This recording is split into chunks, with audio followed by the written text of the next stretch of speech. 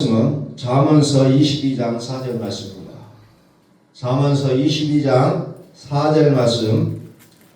겸손과 여호와를 경외함의 보상은 재물과 영광과 생명이니라. 아멘. 우리 한번 선포합니다. 하나님은 살아계십니다. 하나님은 살아계십니다. 자, 하나님께서 오늘 이 시대 우리를 하나님 나라의 주인공으로 올려주시고 우리를 통해서 일하시기를 선하신 하나님의 은혜가 오늘 이 시간에 우리에게 그대로 전달되어지기를 선포합니다. 오늘 말씀에 보니까 겸손과 여호와를 경외함의 보상은 재물과 영광의 생명이니라 그랬습니다. 보상. 자, 겸손과 여호와를 경외한다. 그러면 거기에 따른 보상이 뭐냐? 재물과 영광과 생명이라고 기록하고 있습니다. 이 말씀은 잠언서에 기록된 말씀인데 이 말씀은 요한계시록의 말씀과 똑같은 기록된 말씀과 같다는 겁니다. 보상이 재물과 영광과 생명이다. 하나님께서 우리를 향해서 약속하신 약속의 말씀입니다. 재물과 영광과 생명인데 이것은 어떨 때 주어지냐? 겸손과 여호와를 경외할 때 주어진다는 겁니다. 겸손과 여호와를 경외한다는 말은 같은 뜻이에요. 다른 얘기가 아니에요. 같은 뜻입니다. 그래서 하나님께서 우리로 하여금 겸손하게 하나님을 경외하기를 소원하고 계십니다. 자, 이제 우리가 가을에는 추수하는 계절이라고 얘기합니다. 들녘에는 많은 추수가 일어나고 있잖아요. 나락을 추수하기도 하고 감이나 이런 과일들을 추수한다는 거죠. 근데 과일을 추수할 때 농부들의 손길이 어때요? 너무 많이 열려도 문제가 있고 너무 적게 열려도 문제가 있다는 겁니다. 그래서 너무 많이 열리면 뭡니까? 다 솎아내는 거예요. 다 잘라내야 돼요. 그래야 이제 농산물이 이제 과일들이 크게 자랄 수가 있고 그래서 비싼 가격으로 팔려나갈 수가 있다는 겁니다. 다시 말해서 극상품을 이제 수확할 수가 있게 된다는 겁니다. 하나님은 오늘도 우리를 통해서 나 한 사람 한 사람이 하나님 앞에 극상품이 되기를 소원하고 계신다는 거죠. 그래서 하나님은 우리로 하여금 어떻게 합니까? 요한계시록 3장 19절 이하에 보면은 책망하신다고 합니다. 책망은 하나님의 사랑이 들어있는 얘기예요. 사랑하기 때문에 책망한다는 겁니다. 그래서 성경의 기능이 뭐예요? 성경은 오직 성경 바르게 함과 의로 교육하게 유익하고 또 책망한다는 거죠. 성경의 기능 중에 책망의 기능이 있어요. 하나님은 우리를 책망을 통해서 우리를 바르게 설교하시기를 원하신다는 겁니다.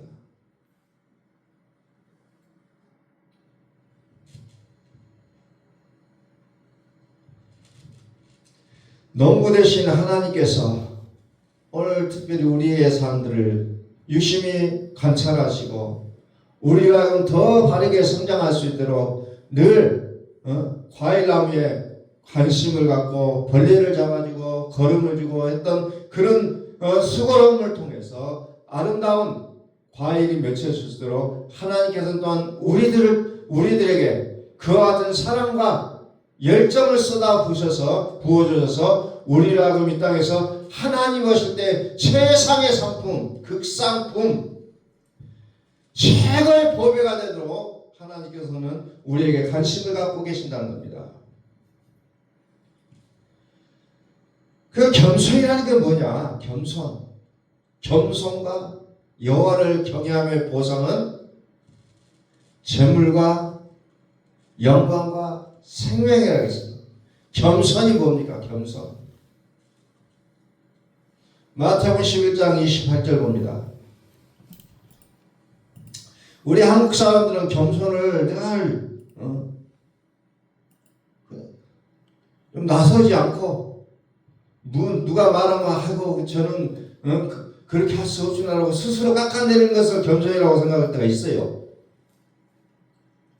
겸손은 내가 이만큼의 예를 들어서 100이라는 그 숫자를 가지고 얘기할 때 내가 100이라는 숫자를 가지고 있는데 내가 90이 되어질 때 겸손이라고 얘기할 수가 있는 거예요. 그런데 내가 아무것도 없는 상태에서 내가 낮아진다 해서 그건 낮아지는 것은 아니라는 겁니다.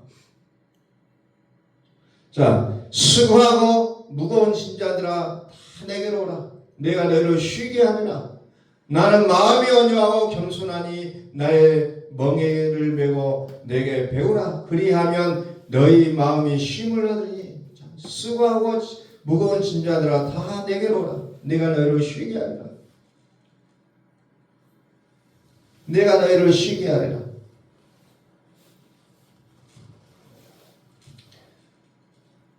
나는 마음이 온유하고 겸손하니 나의 멍에를 메고 내게 배우라. 그리하면 너희 마음이 쉼을 얻으리니. 오늘날 많은 사람들이 쉼이라는 것을 굉장히 추구하고 있어요. 쉼.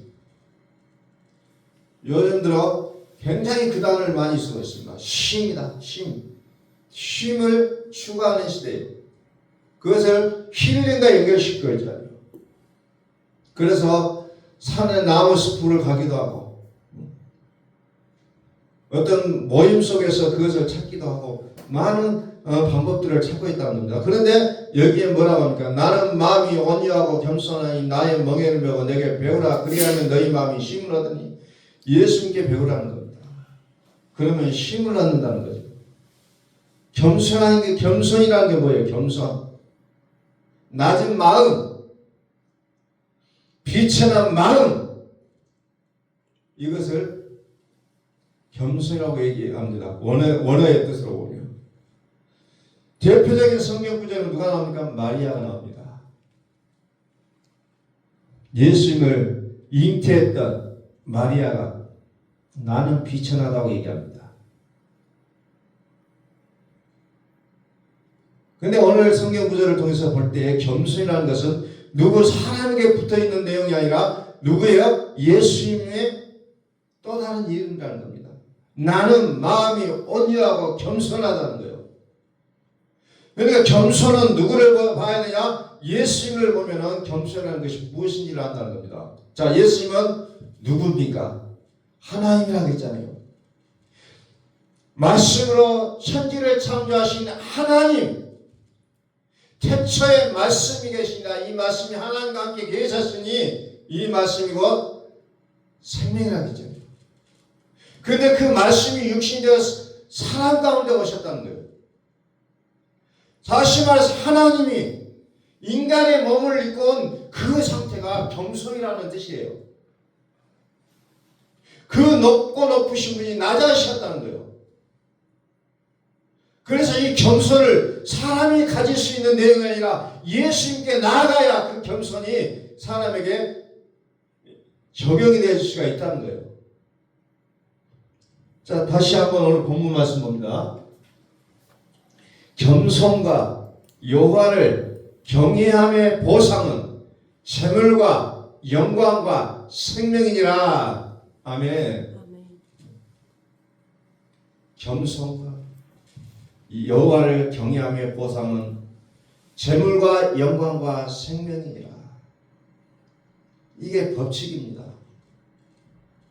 사람들은 무작정 복을 얻고자 합니다. 그래서 무작정 성실하게 살기를 소원합니다. 무작정 열심히만 하면 복이 올 것이라고 막연하게 생각하고 사람들은 살아가고 있다는 겁니다. 근데 하나님의 법칙은 그게 아니에요. 뭐예요? 겸손과 여호와를 경외함의 보상이 재물과 영광과 생명으로 연결됐다고 말씀하고 있잖아요.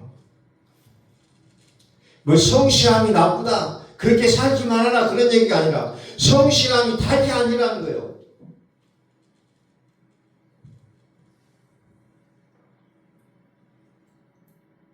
예수님께 배우라는 겁니다. 내게 와서 나의 멍에를 메고 내게 배우라. 배우라는 겁니다.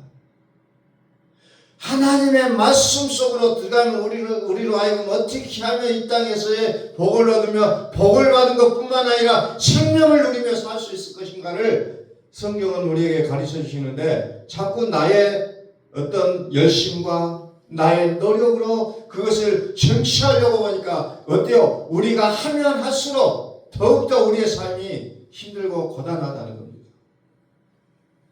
너무너무 힘이 들고 고단하다는 거예요.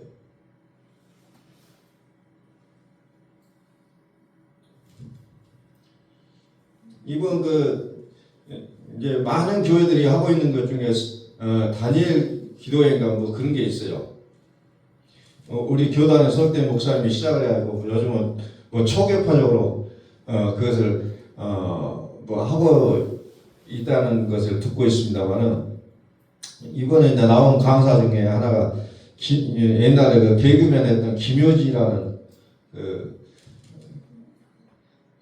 옛날에는 코미디언인 줄 알았는데 요즘은 사모님이더라고요.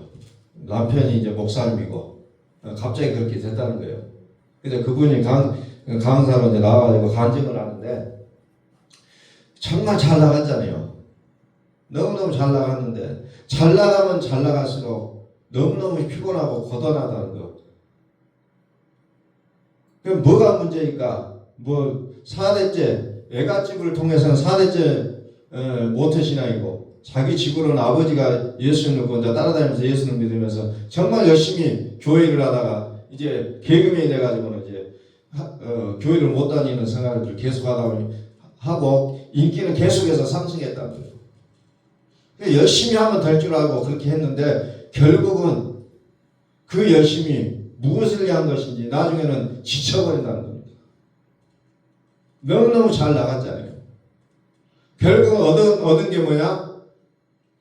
하나님을 떠나왔던 삶이 자기의 인생에서 잘못됐다는 것을 깨닫고 성경을 읽기 시작하고, 다시 예배를 드리면서 자기가 이제 진짜 옛날에는 부모의 믿음으로 살아왔던 자기 믿음이 이제는 자기의 믿음으로 살아가는 모습으로 바뀌게 된다는 이야기를 듣게 돼요. 결국 하나님 앞으로 들어가야 된다는 겁니다. 나의 열심이 최상이 아니라 내가 어떻게 하나님을 알고 깨닫고 그 하나님의 생명으로 살 것인지가 우리에게 매우 중요하다는 거예요. 오늘 성경에 보십시오. 겸손과 여호와를 경외함의 보상은 재물과 영광과 생명이라 그랬어요. 오늘 이 말씀을 우리는 문자적으로 받아들일 것이 아니라 나의 영으로 받을 수 있기를 소망합니다. 제가 아는 분 중에 한 분이 책을 많이 보셔요.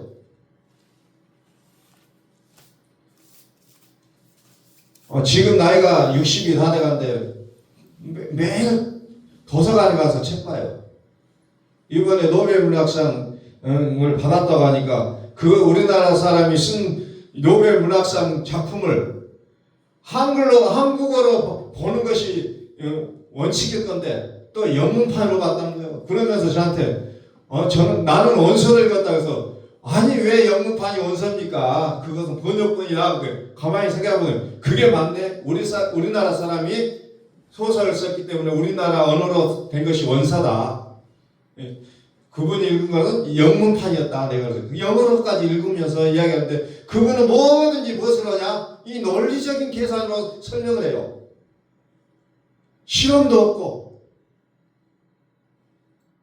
통계 수치도 없이 그냥 자기가 읽은 책의 내용을 자기가 얘기하고 그것이 다 맞는 걸로 생각한다는 겁니다.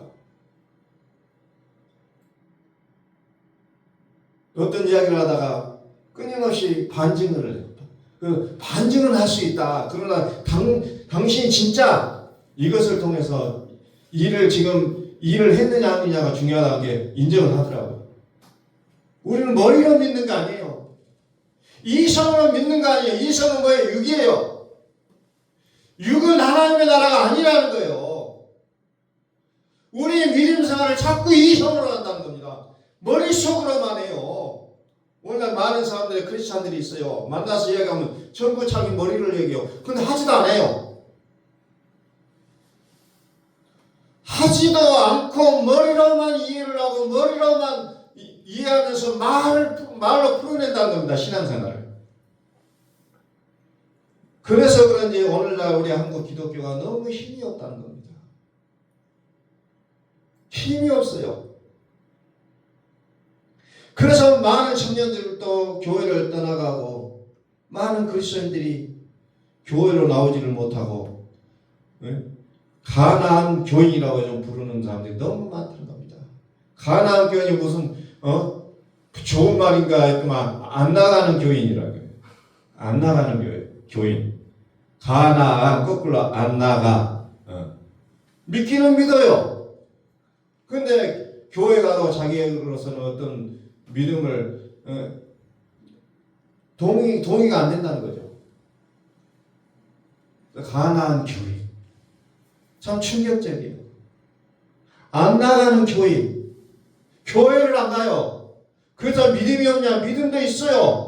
그런데 어때요? 그 믿음이 어떻게 보면 머릿속에 들어있는 믿음들이 너무 많더라는 거죠. 저는 목회를 하면서 많은 그리스도인들과 대화를 해보면 무슨 얘기를 하면 목사님은 그렇게 하십시오 라는 거예요. 마치 자기는 하나님 나라와 상관이 없는 사람으로 여기는 듯한 느낌을 받아요. 목사님께 그렇게 하셔야죠. 장로님들 만나서 이야기하고 목사님께 그렇게 하십시오.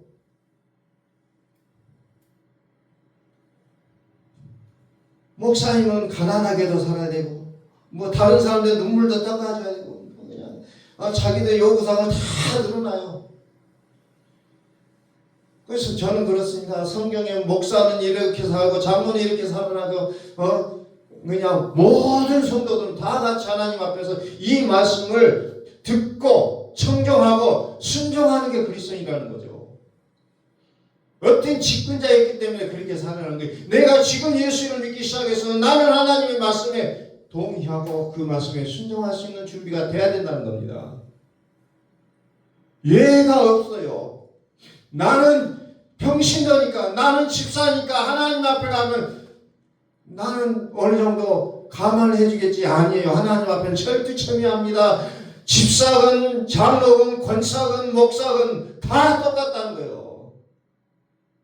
근데 마치 나는 집사이기 때문에 나는 직분을 받지 않았기 때문에 나는 괜찮다고 생각하는 사람이 너무 많다는 겁니다. 믿는 사람은 누구든지 이렇게 살라고 기록되어 있는 거예요. 이게 성경이 무슨 말입니까? 쉽게 얘기하면 나의 사용 설명서예요. 하나님이 나를 만드시고 이렇게 살아라는 거예요. 우리는 정말 스마트폰을 이제 노예가 됐어요. 아침에 깨어나면 스마트폰 보고 저녁에 잠들기 전까지 스마트폰을 봐요. 그러면서 스마트폰이 어떻게 작동하는지를 끊임없이 배우고 하는데 하나님이 나에 대한 사용 설명서를 기록하고 있는 성경은 예면해버리고 살아간다는 겁니다. 그러니까 자꾸 내 생각으로 신앙생활을 하려고 한다는 거죠. 나의 경험도 중요하지만 하나님의 말씀이 어떻게 기록된지를 우리는 그것을 교과서로 삼고 그것을 보면서 그 말씀에 순종해야 될 것인데 나는 이렇게 경험했다.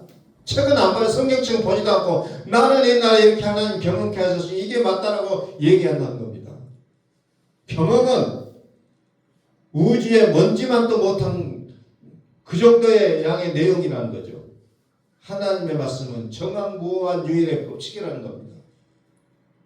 이게 나의 법칙, 내가 경험한 걸 하나님을 알려고 하는 발버둥 치는 것이 아니라 정말 하나님의 말씀으로 하나님이 누구신지를 알고 그 하나님을 우리는 육으로 하는 것이 아니라 영으로 하셔야 된다는 거예요.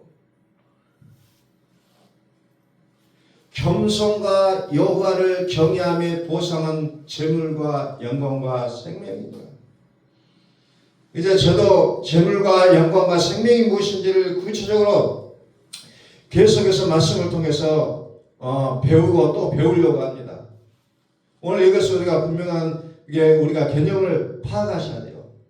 그래서 계속해서 제가 말씀을 계속해서 이 부분들을 앞으로도 계속해서 나누게 될 기회들이 많을 거예요. 재물과 영광과 생명입니다.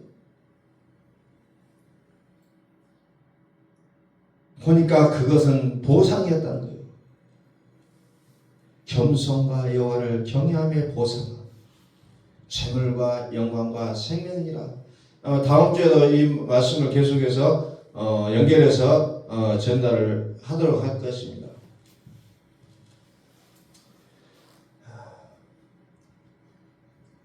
자, 요한계시록 18장 봅니다.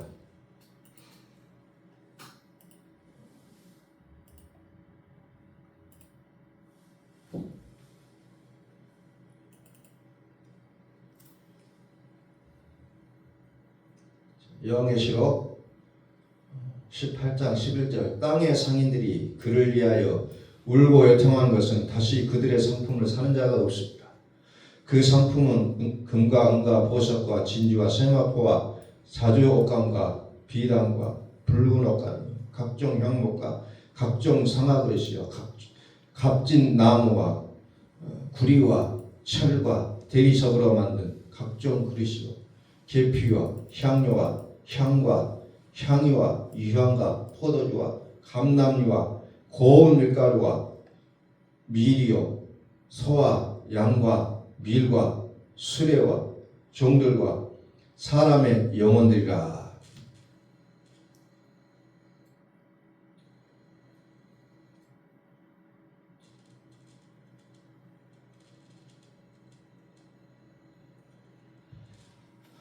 땅의 상인들 그들 속에 뭐가 있어요? 세마포도 있다는 거죠.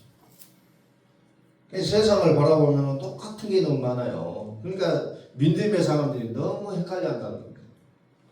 세마포가 얼마나 좋은 거예요. 똑같게 보이는 것들이 있는데 똑같은 게 아니라는 거예요. 많은 영적인 체험들이 진리인 것처럼 보이는데 진리가 아닐 수도 있다는 거예요.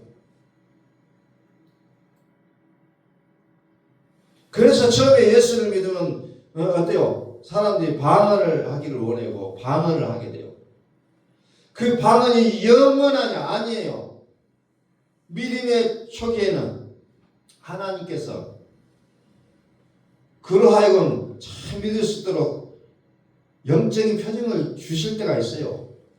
근데 그 방언이라는 것이 영원하냐 아니라는 겁니다. 하나님을 구하라는 거예요. 하나님을 구해요. 하나님을 구하는 거예요. 여기 보면 상인들이 땅의 상인들이라고 했잖아요. 매매하고 물물 교환하면서 우리가 살아왔던 그 영적인 이 모습과 맞물려 살고 있는 것들을 얘기하고 있다는 겁니다. 금, 은, 보석, 진주, 세마포, 자주옷감, 비단, 붉은 옷감, 각종 향목, 각종 상악이며 값진 나무와 진유, 우리가 좀 알기도 어려운 그런 내용들도 많이 들어 있어요.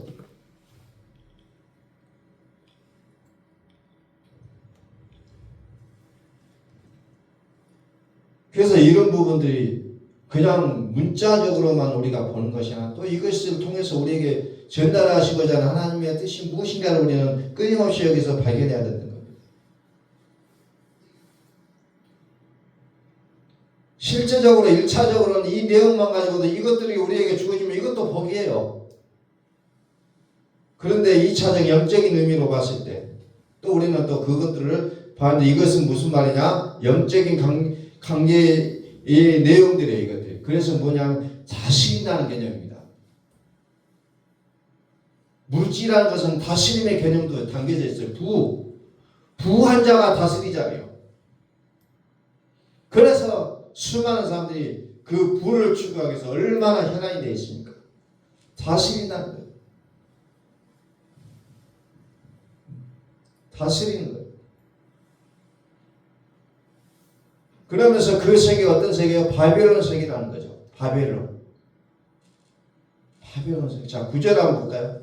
그와 함께 음행하고 사치하던 땅의 왕들이 그가 불타는 연기를 보고 이하여 울고 가슴을 치며 그의 고통을 무수하여 멀리 서서 이르되 화이토다 화이토다 큰 성 견고한 성 바벨론이여 한 시간에 내 심판이 이르렀다 하리로다. 바벨론 안에서 이루어진 일들이라는 겁니다. 그래서 우리는 분리하셔야 하는 거예요.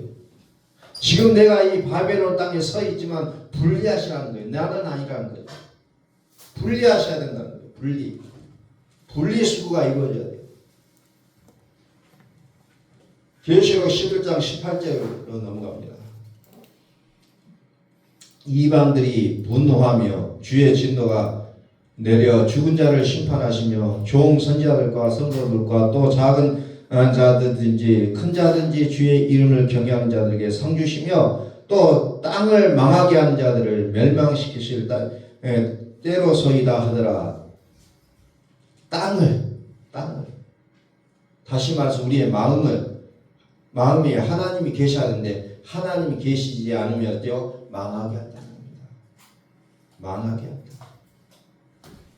하나님 내 마음에 살아계시는 하나님의 택함한 자의 이 땅, 이 마음에 이 땅으로 멸망으로 끌고 가는 영적인 존재가 있다는 거예요. 내 마음에 하나님 살아계시다는 겁니다. 우리 다시 한번 선포합니다. 하나님은 살아계십니다. 하나님은 살아계십니다. 그래서 우리의 신앙생활의 가장 핵심이 뭐예요? 하나님 내 안에 사시는 거예요. 이게 되지 않으면 안 된다는 겁니다. 아무리 세상이 불을 닿는다 할지라도 공허함 속의 연속이라는 겁니다. 잘 되고 있는 것 같은데 뭔가 잘못돼요.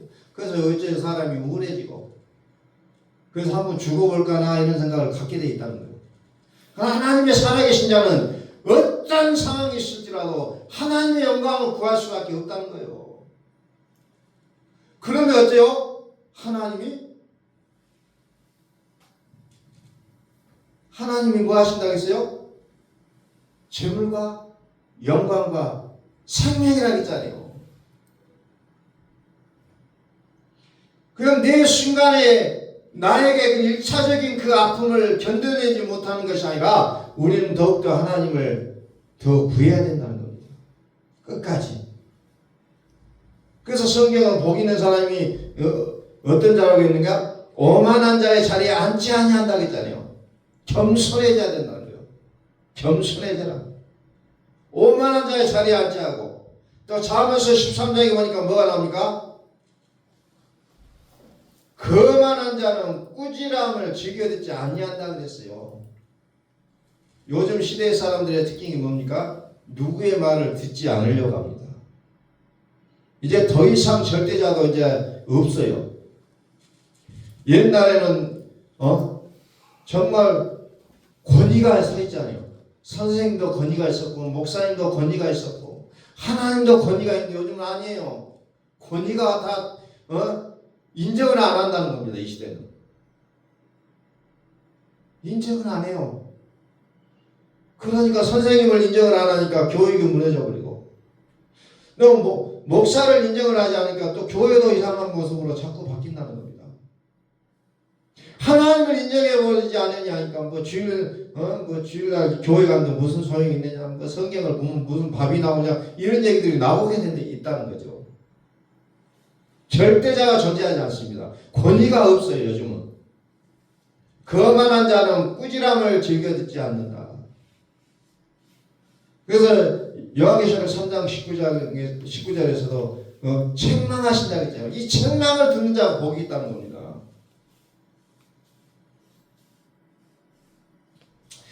요즘 좀 한 번씩 접하게 되는 내용이 이제 어느 정도 이제 돈을 많이 번 사람들이 강의하는 내용을 들어보면 부자가 되는 조건 중에 하나가 뭐가 있냐면 감사라는 거예요. 나 그 소리를 듣고 처음에는 이게 뭔 소린가 했어요. 그런데 부자가 되는 원칙에도 감사가 들어있더라는 거예요. 그런데 하나님을 믿고 의지하고 하나님을 신뢰한다고 얘기한 사람이 감사가 없으면 이게 문제가 너무 심각하지 않아요? 감사가 있어야 돼요. 그래서 제가 성경 구절을 계속해서 많이 나온 것 중에 하나가 뭐냐, 골로새서에 나오는 그 감사하라 그러잖아요. 모든 것을 감사하라. 그게 복음이라 그랬잖아요. 근데 복음에도 감사가 중요한데 부자가 되는 길에도 감사가 중요하다고. 그래서 절대 그 사람들은 어떤 것을 핑계대지 않고 어떤 것 때문에 내가 잘못됐다고 얘기하지 않아요. 내가 어떻게 하면 이 일을 수습하고 해결 나갈 수 있는가, 그걸 생각하고 있더라는 거죠. 그러면서 나에게 주어진 환경에 감사하고 또 감사하고 또 감사하고, 그러면서 본인이 이제 세상 가운데 세상적인 성공을 이뤘다고 얘기들을 하더라고요. 감사가 매우 중요하다는 거예요. 오늘 우리는 추수감사주를 맞아서 감사를 하고 계신데 하나님은 왜 나만 이렇게 힘들게 살아가게 하십니까? 라고 여러분들 분명하시는지, 오늘 우리가 이 기점에 대해서 다시 한번 생각해 봤으면 좋겠습니다. 과연 나는 무슨 생각을 하고 있는지. 자, 오늘 말씀 다시 잠언서 22장 4절 말씀 그냥 외우셔도 될 것 같아요. 겸손과 여호와를 경외함의 보상은 재물과 영광과 생명이니라. 우리 같이 한번 읽어봅시다. 자, 시작. 겸손과 여호와를 경외함의 보상은 재물과 영광과 생명이니라. 아멘.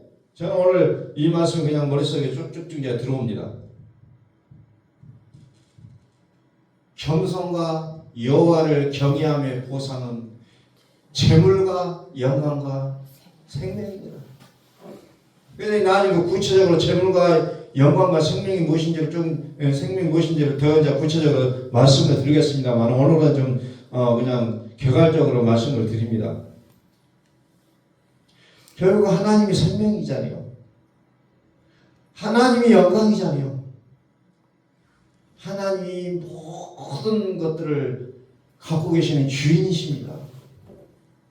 그런데 우리는 딴 것을 추구하고 있는데 나에게 어떻게 하나님이 복을 주시겠냐는 거예요. 요한계시록 21장 24절에 만국이 그 빛 가운데로 다니고 땅의 왕들이 자기 영광을 가지고 그리로 돌아가리라. 이 말은 무슨 말이냐면 이제 다스린다는 겁니다. 하나님 우리를 다스리라고 부르셨잖아요. 창세기 1장에 만물을 다스리라 했는데 우리는 다스리지 못하고 우리는 거기에 굴복하며 눈치 보며 살고 있잖아요. 로마서 6장 22절 말씀 보고 오늘 말씀은 결론을 짓고 다음 주에 계속해서 말씀을 드리겠습니다.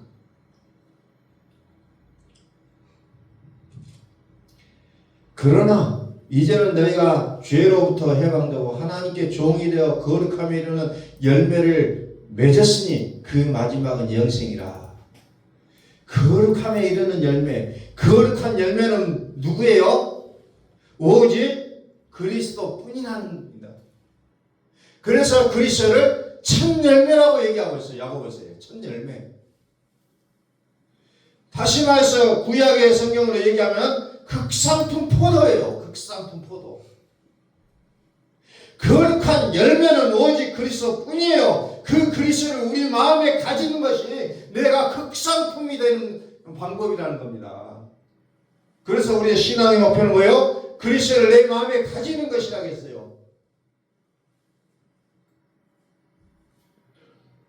많이 기도하면 좋아요. 많이 성경 읽으면 좋아요. 물론 읽어야 되죠. 기도해야 되죠. 그런데 성경을 읽어서 그리스도를 모르면 성경을 많이 읽었어도 도움은 되겠지만 진짜 생명으로 나가기는 어렵다는 거예요. 그리스도를 만나셔야 돼요. 그것 때문에 성경이 기록되어 있다고 요한복음에서 말씀하고 있잖아요. 그것 때문에 그리스도를 만나셔야 돼요. 거룩한 열매, 극상품, 오직 그리스도. 그분을 통해서 내가 어때요? 새로운 피조물이다 그랬잖아요. 그리스도 안에서 새로운 피조물이 되는 겁니다. 그분을 떠나서는 우리는 아무리 비슷하게 살아가고 있을지라도 그게 가짜가 될 수밖에 없다는 거예요. 오직 그리스도.